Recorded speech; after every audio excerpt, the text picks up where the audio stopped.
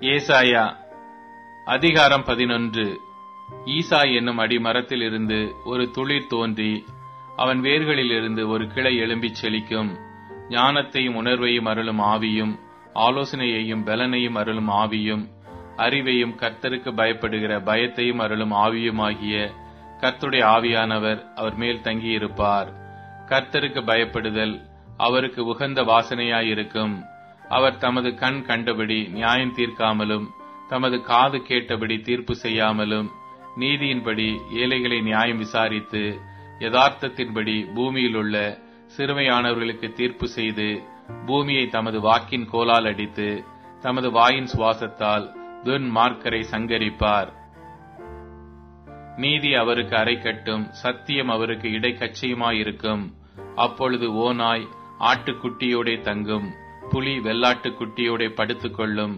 கன்று குட்டியும் பால சிங்கமும் காளையும் ஒருமித்திருக்கும். ஒரு சிறு பையன் அவைகளை நடத்துவான். பசுவும் கரடியும் கூடி மேயும். அவைகளின் குட்டிகள் ஒருமித்து படுத்துக்கொள்ளும். சிங்கம் மாட்டை போல் வைக்கோல் தின்னும். பால் குடிக்கும் குழந்தை விரியன் பாம்பு வலையின் மேல் விளையாடும். பால் மறந்த பிள்ளை கட்டு விரியன் புற்றிலே தன் கையை வைக்கும். என் பரிசுத்த பர்வதமெங்கும் தீங்கு செய்வாரும் இல்லை, கேடு செய்வாரும் இல்லை. சமுத்திரம் ஜலத்தினால் நிறைந்திருக்கிறது போல் பூமி கர்த்தரை அறிகிற அறிவினால் நிறைந்திருக்கும். அக்காலத்திலே ஜனங்களுக்கு கொடியாக நிற்கும் ஈசாயின் வேருக்காக ஜாதிகள் விசாரித்து கேட்பார்கள். அவருடைய தாபர ஸ்தலம் மகிமையாயிருக்கும்.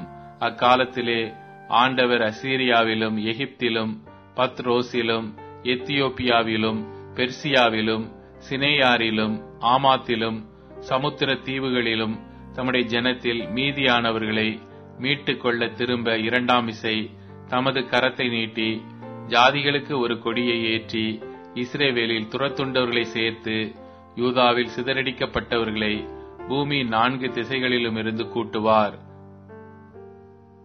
எப்பிராயீமின் பொறாமை நீங்கும். யூதாவின் சத்துருக்கள் சங்கரிக்கப்படுவார்கள். எப்பிராயீம் யூதாவின் மேல் பொறாமையாயிரான். யூதா எப்பிராயீமை துன்பப்படுத்தான். அவர்கள் இருவரும் ஏகமாய் கூடி மேற்கே இருக்கிற பெலீஸ்தருடைய எல்லைகளின் மேல் பாய்ந்து கீழ் திசையாரை கொள்ளையிட்டு ஏதோமின் மேலும் மோவாபின் மேலும் கை போடுவார்கள். அம்மோன் புத்திரர் அவர்களுக்கு கீழ்ப்படிவார்கள். எகிப்தின் சமுத்திர முனையை கர்த்தர் முற்றிலும் அழித்து, தம்முடைய காற்றின் வலிமையினால் நதியின் மேல் தமது கையை நீட்டி 7 ஆறுகளாக பிரித்து, ஜனங்கள் கால் நனையாமல் கடந்து போகும்படி பண்ணுவார்.